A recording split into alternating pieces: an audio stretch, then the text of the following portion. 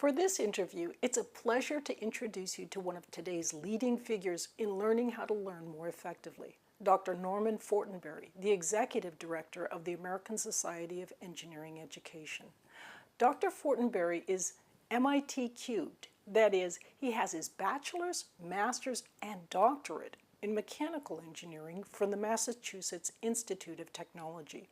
Because of his interest in learning, Norman took an unusual career path. After teaching his first engineering classes, he realized that there was a disconnect. He knew a great deal about his research area, but he didn't know about how to teach effectively. The reality is that most new professors arrive at their universities without any training in how to teach effectively. Dr. Fortenberry wanted to do something about this problem. His work at the National Science Foundation and the National Consortium for Graduate Degrees for Minorities in Engineering and Science have helped create a whole network of support for faculty in science, engineering, math, and technology who want to help students learn effectively. In this interview, we'll get some practical ideas from Dr. Fortenberry on how you can most effectively approach your studies. Thank you so much for being here, Dr. Fortenberry. I'm just so impressed. I have to ask you, here you are, you landed at MIT, which is one of the top educational institutions, at least technologically speaking, in the world, and you successfully climbed your way up the ladder all the way through to get your PhD. Let's cut past the generalities and get to specifics. What were some of the most worthwhile tricks and approaches that you used to help you study and learn most effectively?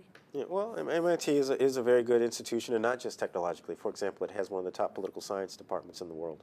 But that said, the techniques that I pursued, the first and foremost was to recognize that what worked in high school will not work in college. In high school, you're taught to do, actually in most of pre-K, you're taught to do your own work, study alone, etc. That is deadly. In college, at least in engineering schools, the expectation is that you're part of a group. The expectation is that there are course notes and course Bibles that are all over campus. There's an expectation that you have access to resources that if you don't have access to, you're in deep trouble. So you have to make sure that you live up to that expectation by making the connections to the people who have the resources that you need to succeed. The key lesson in collegiate study, at least in engineering school, is you are part of a team. And if you don't have a team, you find a team. If you are a team, you maximize the team. But you have to be part of a group. Engineering is a team sport. You know, all the stereotypes are about the lone engineer, the lone programmer, but it's a team sport, and you have to find your team as quickly as possible and make sure that the members of that team are very serious about their studies as well. Okay. Your competition at MIT included some of the top students in the world. How did you approach your studies so that you could frame things in a way to keep yourself from being intimidated? I was intimidated. I was extremely intimidated. What it took was reminding myself and having others remind me, my peers, some of the administrators, to remind me that I didn't suddenly become less smart once I got to MIT. There were some extremely bright people, but I was one of those bright people. And that I needed to build a community of support around me. I gave support, I received support. So yes, you are entirely intimidated, at least I was, and people I knew were, but we knew that if we worked together as a team, we would make it through. And so that was the key, was to remember the objective is to learn the material. The objective is to finish the class. Even in grad school, the objective is to get the degree. And you keep your eye focused on the prize and you fight it out and you get through.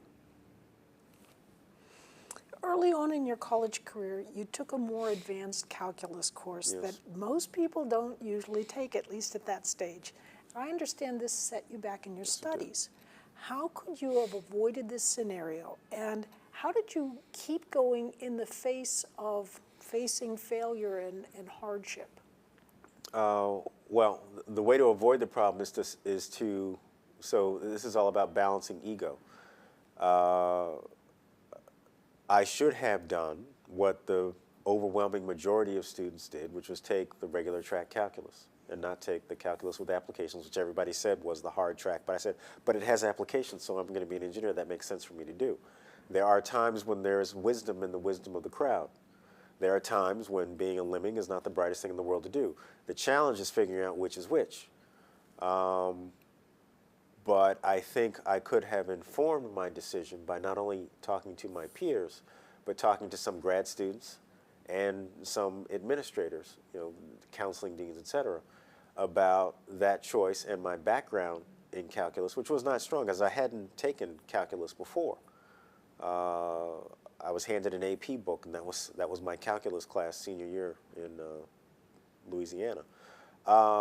So the thing is to recognize when one is making a reasonable choice and when one is not making a reasonable choice. Now, how did I persist? I buckled down and studied very hard, again, with the study groups, and I spent a lot of extra time going over material 2 and 3 different ways to make sure that I understood it. Okay. So what do you do to help prompt sort of what we call diffuse mode or neural resting states, the fresh perspectives you get from those kinds of states in your research and your work? How do you prompt those? Well, I think it's very important, the point that you make. One of the stories that I tell people is that, it's okay to keep your nose to the grindstone. There are plenty of people, at that point talking about MIT, plenty of people walking around with no noses. But if you keep your nose to the grindstone too long, you begin to cut into brain, and since brain is what you're trying to use, that's counterproductive. So it is important to take a break. My breaks involve total mental turnoff. I read cartoons in the newspaper. I watch cartoons on television. I watch some of the silliest, most inane television shows as a form of, without naming any names, as a form of relaxation. That allows me to turn off my conscious brain. Your unconscious works. It's a lot like taking a nap. There's so many things coming at you and pushing on you that you have to redirect your focus in order for your brain to work on background and come up with the answer. So I do things. Some people exercise. I used to exercise more. I need to exercise more. But I do things that shut my brain down in different ways. Well, we share a little. My guilty pleasure is I love to read the National Enquirer. That would work too. Many of our viewers have brothers and sisters and friends who are trying to learn new things. So reflecting back on your own childhood and even your work today, how have other people helped you in your learning? And did people sometimes help you perhaps by not helping you? And do you have any practical suggestions for our viewers who are trying to learn how to learn? There's very practical guidance on learning how to learn in any number of publications and online in terms of a systematic process for acquiring information. Some things I used with my son when he was younger in terms of using as many different modes of input as you can. See something, write it out by hand so that you've got the muscle memory, repeating it back to yourself. See it, say it, spell it, whatever.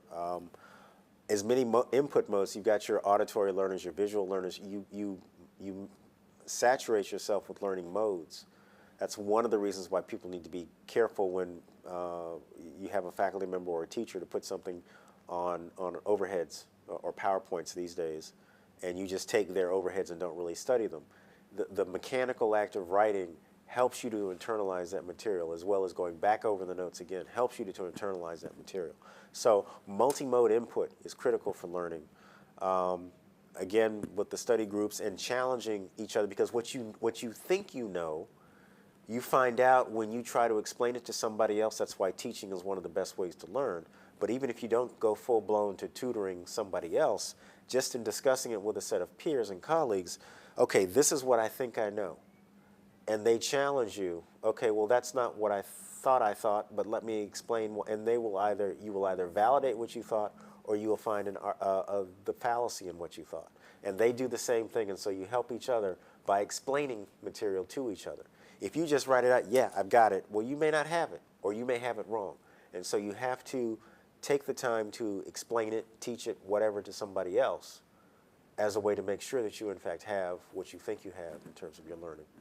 I think active learning like this, really grappling with it and using information that's within your own mind, that's the best way to know you've really got it Sure. within your own mind. So you're exactly right. Norman, thank you so much.